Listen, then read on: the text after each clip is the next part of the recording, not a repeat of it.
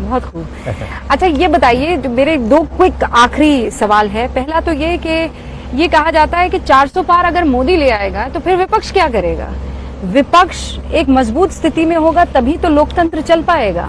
आप क्यों चाहते हैं कि सब आप ही के पास आ जाए? मैं चाहता हूं कि विपक्ष मजबूत बने, मैं इसी के लिए मेहनत कर रहा हूं। लेकिन मजबूती का मतलब ये नहीं कि हाउस न चलने दे, हुड़दंग करे, अनडेमोक्रेटिक वे में काम करे।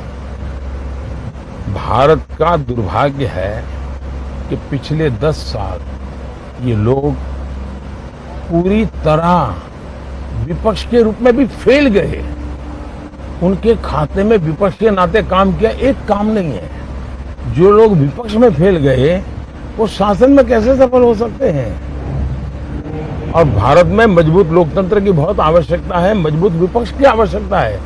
और इसलिए शरद पवार ने एक अच्छा सुझाव दिया है और मैं उसका स्वागत करता हूं। उन्होंने सुझाव दिया है कि सभी छोटी पार्टियों ने कांग्रेस में मर्ज कर देना चाहिए। कांग्रेस में मर्ज करना नहीं करना, कहां करना, वो मेरा विषय नहीं है। लेकिन इसका अर्थ मैं ये निकालता हूं, अगर ये मर्ज हो जाते हैं, क्योंकि उनको चिंता ये है इस चुनाव में मान्य विपक्ष संभव नहीं होगा, इतने सीटें भी नहीं आएगी कोई रिकॉग्नाइज ऑपोजिशन बने। और इसलिए अगर मर्जर कर देंगे तो नंबर थोड़ा हो जाएगा, तो हम मान्य विपक्ष बनेंगे।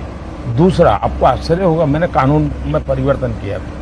हमारे यहाँ बहुत सी योजना ऐसी है, बहुत सी कमेटियां ऐसी है जिसमें लीडर ऑफ अपोजिशन बैठ सकता है और बड़े महत्वपूर्ण निर्णय होते हैं। तो मैंने कानूनी परिवर्तन किया कि भाई लीडर ऑफ अपोजिशन है ही नहीं, क्योंकि 2014 से 19 तो उनके पास सीटें नहीं थी। मैंने कहा लार्जेस्ट पार्टी का लीडर उसको बिठाओ। मैं इतना डेमोक्रेट हूँ, वरना मैं नहीं बिठाता, मुझे कोई जरूरत नहीं थी, लेकिन फिर भी मैंने किया है।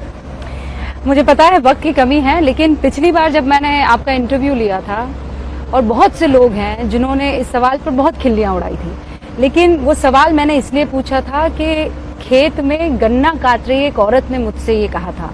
और आज फिर मैं वो सवाल आपसे पूछूंगी। 5 साल पहले मैंने आपसे कहा था आप थकते क्यों नहीं हैं? आज 5 साल बीत जाने के बाद आप ज्यादा एनर्जेटिक मुझे लग रहे हैं, ज्यादा आपने रैलियां की है, ज्यादा आप काम कर रहे हैं।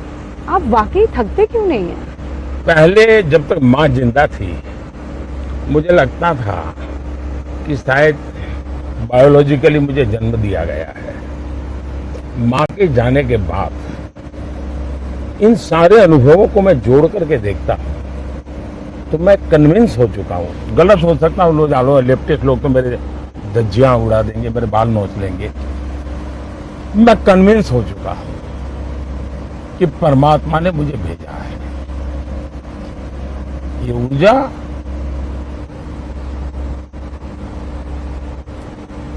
बायोलॉजिकल शरीर से नहीं मिली है। ये ऊर्जा ईश्वर ने मुझसे कुछ काम लेना है, इसलिए मुझे विधा भी दी है, इसलिए मुझे सामर्थ्य भी दिया है, इसलिए मुझे नेक दिली भी दी है और प्रेरणा भी वही दे रहा है, पुरुषार्थ करने का सामर्थ्य भी दे रहा है।